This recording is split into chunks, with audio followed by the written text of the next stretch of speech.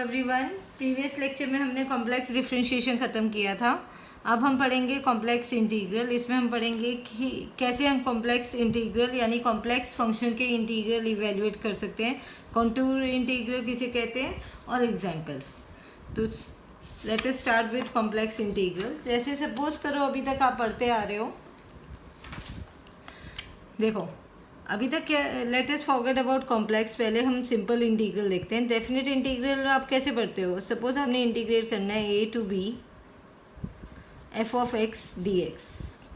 अभी हम रियल की बात कर रहे हैं, रियल इंटीग्रल, ठीक है। ये रियल इंटीग्रल है where we know that y is function of x और हम f ऑफ x को इंटीग्रेट कर रहे हैं। अब इस केस में हमें ये पता है कि we will integrate along x equals to a to x equals to b। इसका मतलब क्या हुआ, इधर मैं रफ में बता देती हूँ। सपोज करो एक कर्व है जो ये शेप ले रहा है, ठीक है। ये x equals to a point है और ये x इक्वल्स टू b है। सपोज आई एम सेइंग कि आपको इंटीग्रेट करना है from x equals to a to x equals to b। इसका मतलब क्या हुआ कि फंक्शन जो भी शेप लेगा उसमें हम x इक्वल टू a से लेकर b तक मूव करते हुए एरिया अंडर द कर्व निकाल के हम इंटीग्रेट कर देंगे, ठीक है। तो ये इसका मतलब हुआ। बट कॉम्प्लेक्स में क्या होता है, in case of complex integrals what happen, suppose मैंने आपको बोला यू नीड टू इंटीग्रेट, यहाँ पे a और b ये दीज आर कॉम्प्लेक्स नंबर्स, ठीक है। a एंड b के अलोंग f ऑफ z को with respect to z integrate करना है। अब इसका मतलब क्या हुआ कि ये देखो, इसका मतलब ये हुआ कि सपोज करो ये पॉइंट है z0 जिसमें इसकी वैल्यू है a, यानी a can be alpha plus iota beta, it can be anything, ठीक है। 1 प्लस आयोटा हो सकता है, 1 प्लस 2 आयोटा हो सकता है, 2 माइनस आयोटा हो सकता है, it can be any complex number. और सपोज करो ये z1 है b, this is another complex number.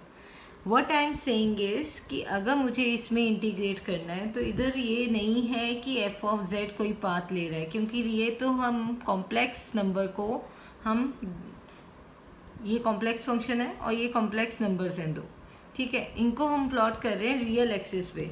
तो what I am trying to say is it can be integrated along any path। ये पाथ भी हो सकता है,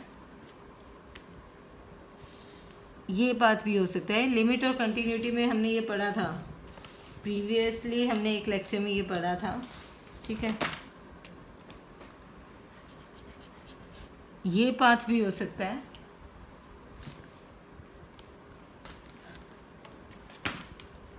और ऐसे मूव करके फिर ऐसे ये पाथ भी हो सकता है।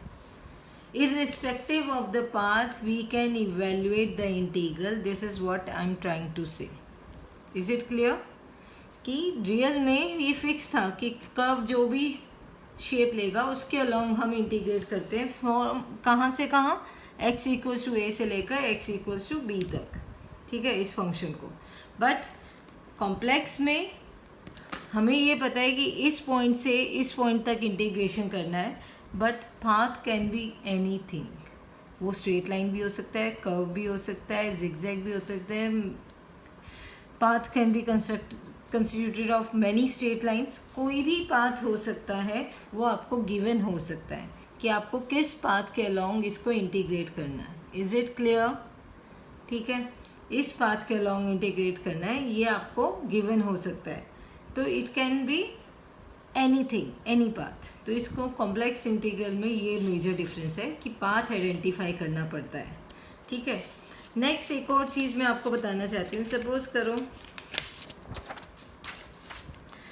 करो ये रहा, सपोज करो ये पॉइंट z0 है और ये पॉइंट zn है, और सपोज़ करो यहाँ तक पहुँचने के लिए आपने एक पाथ लिया जिसको आप आइडेंटिफाई कर रहे हो कि आप पहले z1 पे जाओगे, फिर z2 पे जाओगे, ऐसे करते करते बहुत पॉइंट करते करते फाइनली आप zn पे पाथ आइडेंटिफाई कर लिया, ठीक है। अगर आपका ये z0 और तो इसको आप कैसे लिखोगे, तब भी आप यही लिखोगे z0 से zn f of z dz, ये आप लिखोगे।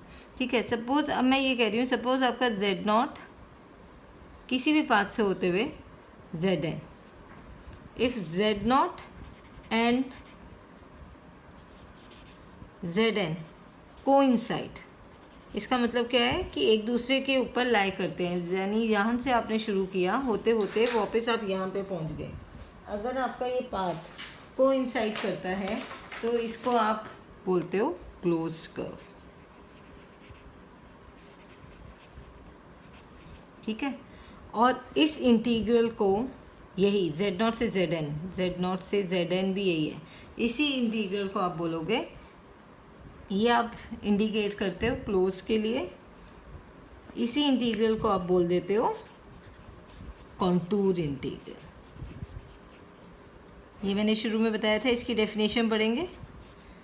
तो कॉन्टूर इंटीग्रल किसे बोलते हैं, अगर आपका स्टार्टिंग पॉइंट और जहाँ आपने इंटीग्रेशन ख़त्म करना है एंडिंग पॉइंट अगर कोइंसाइड करते हैं, यानी वो एक क्लोज कर्व बनाते हैं, तो आप इसको बोलते हो contour integral. Is it clear? Again I am repeating, अगर कोई डाउट हो तो आप कमेंट सेक्शन में पूछ सकते हो। ये सिंपल सी डेफिनेशन है, ठीक है, ये आपको याद रखना है। क्लोज कर्व पे के ऊपर इंटीग्रेशन, इसको हम बोलते हैं कॉन्टूर इंटीग्रल, और इसे बोलते हैं कॉन्टूर। ठीक है, एक एग्जाम्पल ले लेते हैं, छोटा सा एग्जाम्पल है, एक ही एग्जाम्पल है, उसमें हमने अलग अलग पाथ लिए हैं। आपको बोला गया evaluate the integral x minus y plus i x square with respect to z, और इंटीग्रल का रीजन क्या है, 0 से 1 plus iota. 0 means 0 plus 0 iota, यानी 0 0। ठीक है, अब पाथ गिवन है, वो मैं आपको बता देती हूँ कैसे कंसीडर करना है। With respect to z integration का मतलब है या तो आपको इस पूरे फंक्शन को z में कन्वर्ट करना होगा, तभी विद रिस्पेक्ट टू z हो सकता है, और देयर इज़ अनदर वे कि आप अपने dz को कन्वर्ट कर दो dx या dy, जो what ever it is required. ऐसा आप मल्टीपल इंटीग्रल में करते आए हो। ठीक है, तो अगेन आई एम रिपीटिंग, या तो आप इसको z में करोगे, अगर आप इसको z में नहीं कर सकते तो आप dz को कन्वर्ट कर दोगे अपने dx या dy, जब भी अकॉर्डिंगली आपके पाथ के अकॉर्डिंग फिट बैठ रहा होगा। ठीक है, इसमें आपको सेम ही इंटीग्रल को मैं 3 तरीके से इंटीग्रेट करके दिखाऊंगी, अलग अलग पाथ लेके। ठीक है, वो मैं जैसे जैसे क्वेश्चन पढ़ूंगी जैसे जैसे बनाती जाऊंगी। ठीक है, ये मैंने पहले ही एक्सेस बना रखी है। क्या बोला है आपको, पहला पार्ट क्या है, along the straight line from z equals to 0 to z plus z equals to 1 plus iota. पहले तो ये पॉइंट हुआ z इक्वल्स टू 0। ठीक है, और ये पॉइंट हम 1 ले रहे हैं, 1,1। 1,1 का मतलब क्या होता है, अभी तक आप करते आ रहे हो, कॉम्प्लेक्स को कैसे हम इंडिकेट करते हैं रियल एक्सिस पे, इसको बोलते हैं रियल पार्ट, इसको बोलते हैं, इसके आई के कोफिशिएंट को बोलते हैं इमेजिनरी पार्ट। तो 1,1 means 1 is the real part and 1 is the imaginary, तो ये आपका 1 प्लस आयोटा है, इसको नाम दे देती हूँ मैं p। ठीक है, तो पहला पार्ट क्या बोला उन्होंने, along the straight line from z equals to 0 to z equals to 1 plus iota, यानी पहली स्ट्रेट लाइन आपको बोली गई है ये वाली, कि आप ये स्ट्रेट लाइन के अलॉन्ग इंटीग्रेशन करो, ये। ठीक है, तो पाथ ऑफ इंटीग्रेशन क्या हुआ, इसको नाम दे दो o,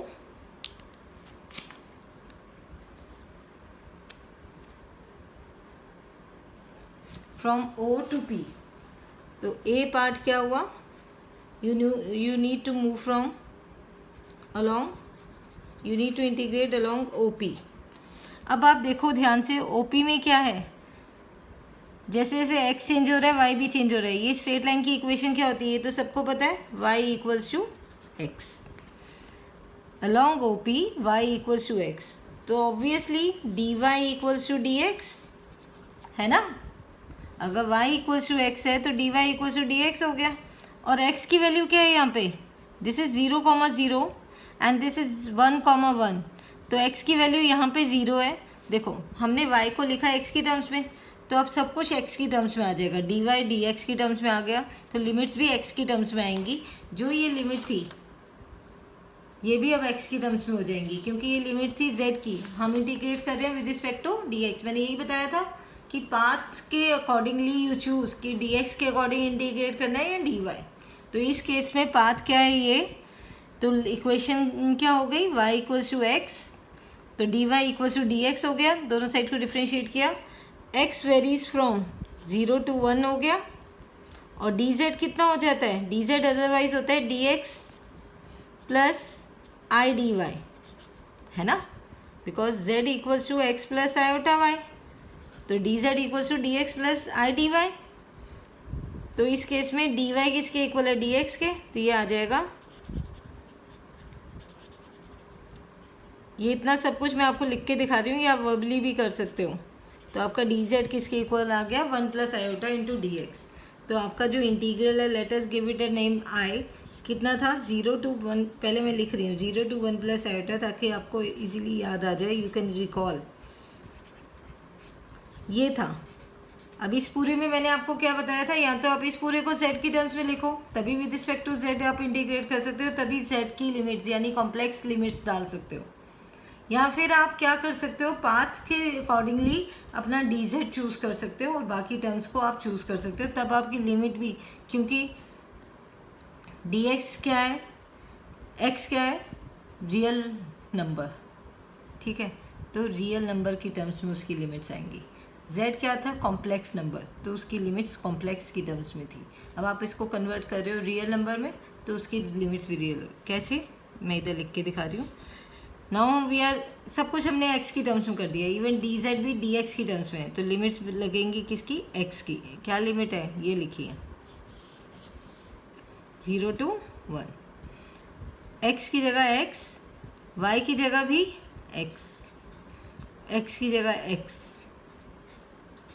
डी जेड की जगह ये रहा, क्या आएगा 1 plus iota into D x.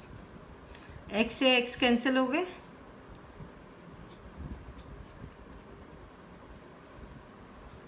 x से x कैंसिल हो गया, कितना बचा i, और 1 प्लस आयोटा भी कांस्टेंट है, इसको भी बाहर निकालो, 1 प्लस आई, कितना बचा 0 to 1 x square D x.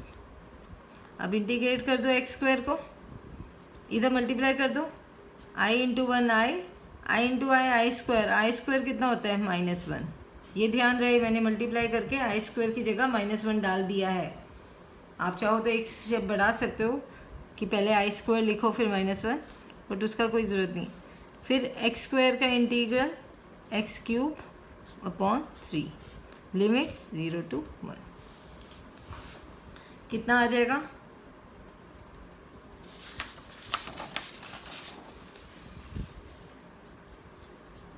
क्या वैल्यू आ गई आई की, i-1 as it is, upper limit पे 1/3, लोअर लिमिट पे 0, तो दिस इज डिवाइडेड बाय 3। तो ये आंसर हो गया आपके पार्ट 1 का, जहाँ आपने पाथ लिया था from O P, along O P we moved, तो ये आपका आंसर हो गया। ठीक है, इसको आप अलग करके भी लिख सकते हो, i/3 - 1/3, और you can keep it as it is. ठीक है, now second part. Second part क्या कहता है, पहले हम पढ़ लेते हैं। Along the real axis from z equals to 0 to z equals to 1। अब जब रियल एक्सिस की बात की है तो इसका मतलब क्या हुआ कि एक्स एक्सिस की बात कर रहे हैं। ठीक है, z equals to 0 to z equals to 1 means 0 plus 0 iota and z equals to 1 means 1 plus 0 iota। तो 0,0 एंड 1,0, ये रहा 0,0 और ये पॉइंट हुआ 1,0। z के रिकॉर्डिंगली ये क्या हुआ, only z equals to 1, because 1,0 मतलब 1 plus 0 iota. Is it clear? Again I am repeating, अगर इसको z के अकॉर्डिंगली लिखें तो z के इसको बोलेंगे z equals to 1, because 1 plus 0 iota. This is z equals to 0, वो मैंने लिख रखा है। ठीक है, this is z equals to 1 plus iota, अगर z की टर्म्स में लिखा जाए। ठीक है, अदरवाइज 1,1। तो हमें पता है कि ये हमारी रियल एक्सिस है, यानी रियल पार्ट ऑफ z, और ये हमारी इमेजिनरी एक्सिस है, यानी imaginary part of x। Oh sorry z, ठीक है। अब आ जाएगा, हम इस पे आ जाए। अब हमारा क्या कहता है ये second part, along the real axis from z comma z equals to 0 to z equals to 1, यानी पहले ये वाला पाथ लो, फिर उसके बाद एंड देन अलोंग, पहुंचना तो यही है ना, मैंने आपको बताया था कि पाथ कुछ भी हो सकता है, जाना आपको यहाँ से यहाँ है। तो इस बार पाथ सेकंड पार्ट में चेंज कर दिया है कि पहले z equals to 0 to z equals to 1 जाओ, जब यहाँ पहुँच जाओगे then along a line parallel to imaginary के पैरेलल एक एक्स लाइन बनाएंगे, कहाँ से कहाँ, यहाँ से 1 प्लस आयोटा। तो हम लाइन बना देते हैं।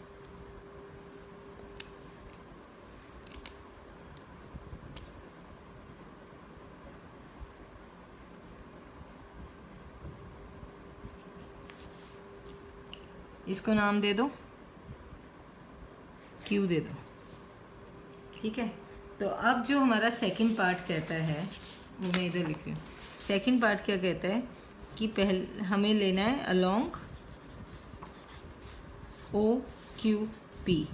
इसका मतलब क्या हुआ, O से Q, Q से P। तो पहले हम लेंगे OQ के अलोंग क्या क्या कोऑर्डिनेट्स होंगे, फिर हम लेंगे PQ के अलोंग क्या क्या coordinate, sorry QP, direction matters here, QP के अलोंग क्या क्या, ठीक है। पहले हम लेंगे OQ के क्या अलोंग क्या होंगे। देखो पहले जब हम मूव कर रहे हैं फ्रॉम O टू Q, तो इस through out OQ y same value ले रहा है, यहाँ पे भी y 0 है ना, 0,0, यहाँ पे भी y 0 है और यहाँ पे भी y 0 है। तो along OQ y equals to 0, obviously when y equals to 0 तो dy भी 0 होगा। फाइन, इतना पार्ट हो गया। अब कौन वेरी कर रहा है, यहाँ पे x 0 है और यहाँ पे x 1 है, तो कौन वेरी करेगा, x वेरी करेगा 0 टू 1, ये भी हो गया। अब आ जाओ dz की वैल्यू। dz क्या होता है, dx प्लस आई dy। तो dy क्या है 0, तो dz सिर्फ आ जाएगा dx। इज इट क्लियर, फिर से बता रही हूँ, dz क्या होता है, dx प्लस आई dy। तो जब आपने लिखा dy 0, तो dy 0 रहने पे ये पार्ट 0 हो गया, तो dz इक्वल्स टू dx। ये तो हो गया सिर्फ OQ के लिए, बट हमारा पूरा पाथ कहाँ ख़त्म हो रहा है, यहाँ से यहाँ, यहाँ से यहाँ। तो आपको अब Q से P भी जाना है। Q से P में देखो x चेंज नहीं हो रहा, 0 नहीं है बट चेंज नहीं हो रहा, यहाँ पे भी x1 है और यहाँ पे भी x1 है। तो Q से P में x throughout QP x equals to 1। तो जब x इक्वल्स टू 1 तो डिफ्रेंशिएट करो दोनों साइड को, तो dx इक्वल्स टू 0। तो इस केस में x इक्वल्स टू 1 है और dx 0 है। कब, जब when we move from Q to P। और y चेंज हो रहा है, y देखो यहाँ 0 है, यहाँ 1 है, y 0 टू 1। और dz कितना आ जाएगा, देखो dz क्या होता है, dx प्लस आई dy।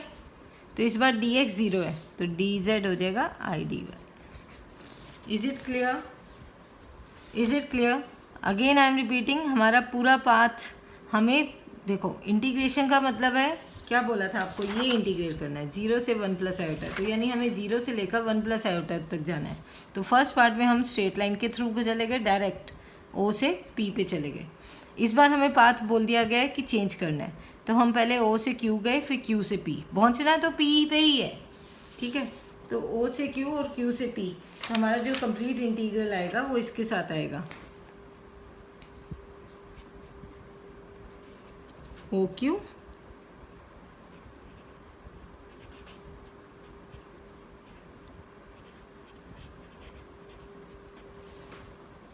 और फिर QP।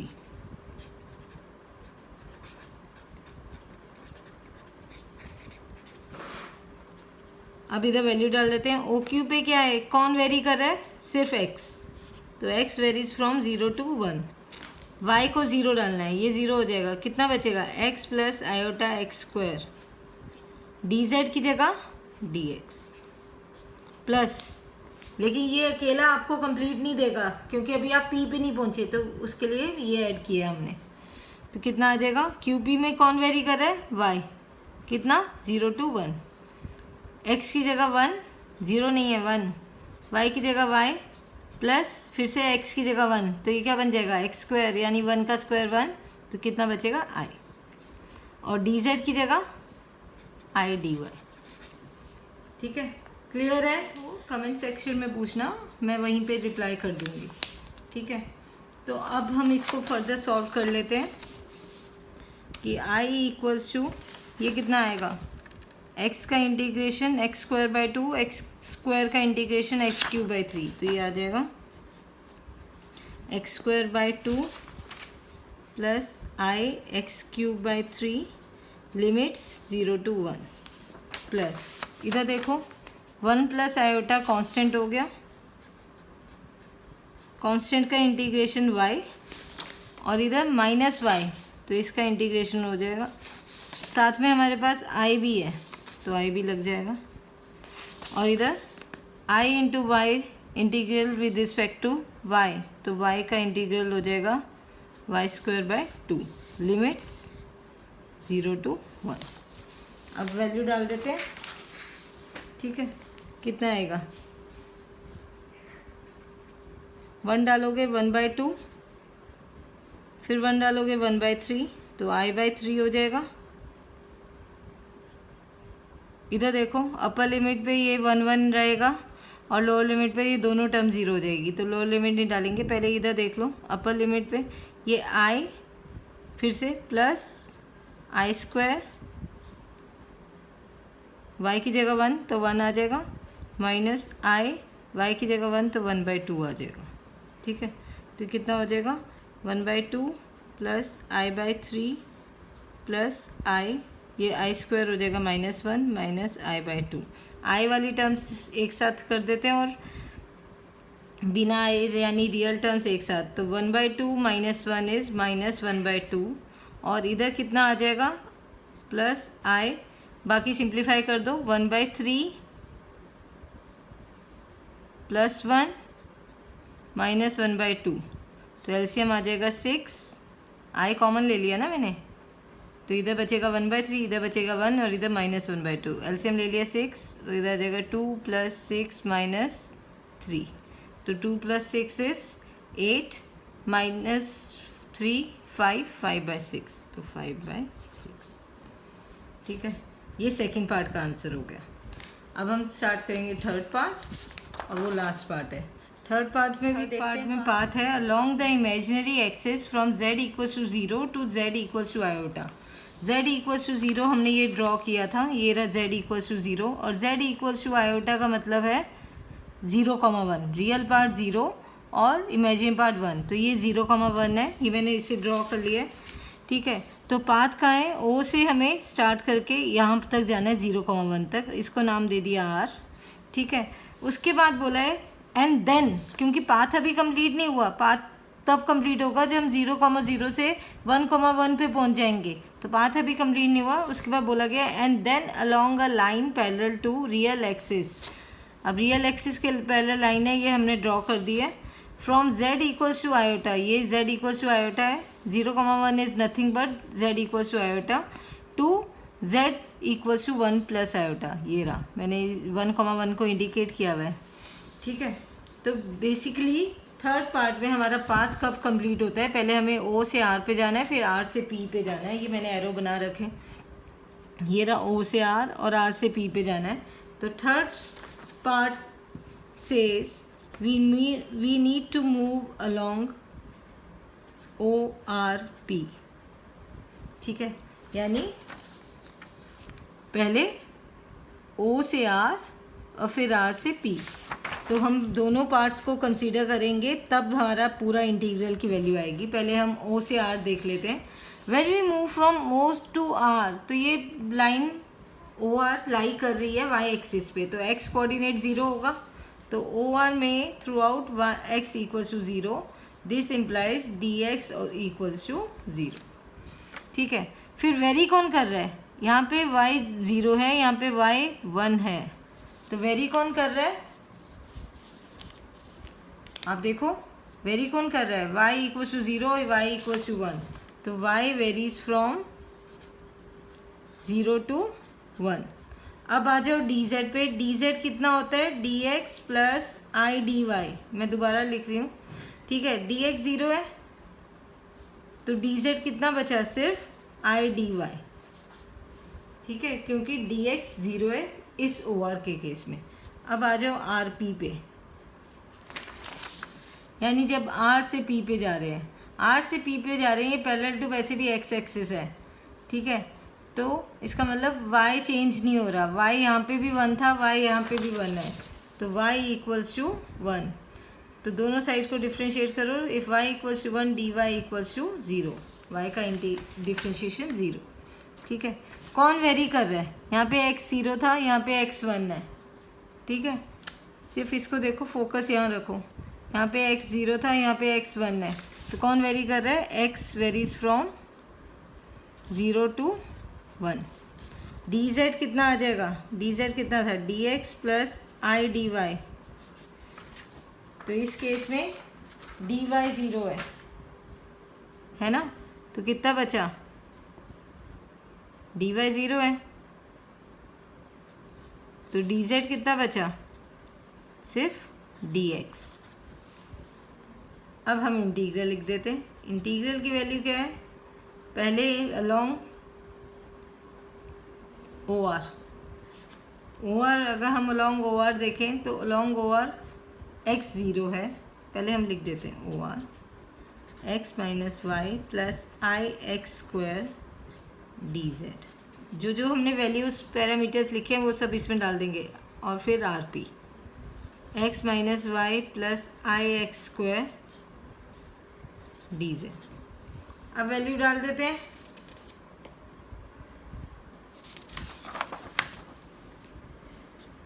जो जो हमने निकाली थी, ओ आर में कौन वेरी कर रहा है, वाई, कहाँ से कहाँ, 0 to 1, और x कितना है 0, तो x की जगह 0 डालेंगे, ये 0 हो जाएगा, ये 0 हो जाएगा, सिर्फ बचेगा माइनस वाई, और डी जेड की जगह बचेगा आई डी वाई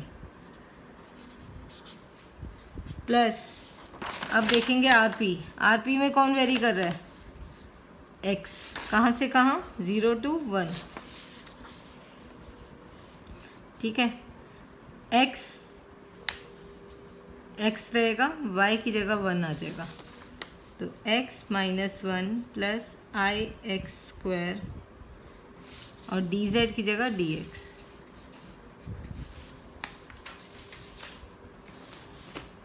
कर दो इवेलुएट, i का i रहेगा, minus sign as it is, y square by 2, बाहर भी लिख सकते हो minus sign, limits 0 to 1 plus इधर क्या आ जाएगा, x का integral x square by 2 minus 1 का integral x plus i x square का integral x cube bye 3, limits 0 to 1। Upper limit पे ये 1/2 हो जाएगा और लोअर लिमिट पे 0 हो जाएगा, तो minus i/2 is answer for this part. और यहाँ पे भी एज इट इज़, जहाँ जहाँ x है वहाँ 1 डाल देंगे, तो 1/2 माइनस 1 प्लस i/3, जहाँ जहाँ x है वहाँ 0 डालेंगे, पूरी टर्म 0 हो जाएगी। तो ये कितना आ जाएगा, 1/2 minus 1 is minus 1/2 and minus i/2 plus i/3, ये कितना हो जाएगा, i कॉमन ले लो, माइनस 1/2 प्लस 1/3 कितना हो जाएगा, रफ में सॉल्व कर लो, 6 माइनस 3 प्लस 2, तो माइनस 1/6 आयोटा। तो this is answer for your third part, ठीक है, minus 1/2 minus 1/6 iota. So we have all the answers for 3 different path. हमने 3 अलग अलग पाथ लिए, ठीक है। फिर से एक बार सम अप कर देते हैं। पहला पाथ लिया, ओ से पी डायरेक्टली चले गए। दूसरा पाथ लिया, ओ से क्यू जाके फिर क्यू से पी गए, पहुंचना पी पे ही था। तीसरा पाथ लिया, ओ से आर जाके आर से पी गए। तो तीनों केस में वी गॉट डिफरेंट आंसर्स, और तीनों ही करेक्ट हैं for the particular path. We'll continue in next class. आप ज़्यादा से ज़्यादा एग्जाम्पल ट्राई करो, and if you have any doubt you can ask me again. Please like and share.